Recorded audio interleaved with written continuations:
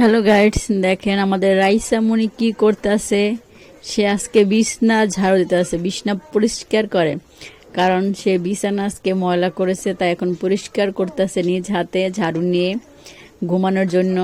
সে ঘুমাবে দিনের বেলা। গ্রামে এসে দিনের বেলা ঘুমায় না, তো সন্ধ্যার পর পর 8:30-9টা বাজলে ঘুমিয়ে পড়ে।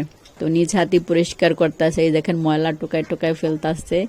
সে অনেক পরিষ্কার পরিচ্ছন্ন থাকা পছন্দ করে, কিন্তু মাঝে মধ্যে ময়লা নিয়ে খেলে তখন আবার নিজেই আবার পরিষ্কার করে। তো এখন ময়লাগুলো পরিষ্কার করতেছে। দেখেন কি সুন্দর করে ঝাড়ু দেয়। আমার কষ্টের দিন শেষ, দেখছেন। সে এখন ঝাড়ু দিয়ে গুছিয়ে গেছে রাখবে। এই না হইলে মেয়েরাই তো মার কষ্ট দুঃখ বোঝে, ছেলেরা কি বুঝে? একমাত্র মেয়েই বুঝে মার কষ্ট। কি সুন্দর ছোটবেলা এখন থেকে প্র্যাকটিস করতেছে কিভাবে ঝাড়ু দিতে হবে, গুছাইতে হবে। দেখেন হাসি দেয় আবার, দেখতেছে আমি ভিডিও করি, এই জন্য তাকে একটা হাসি দিল। এই যে মশা না মাসি পিটায় পিটায় মারতেছে।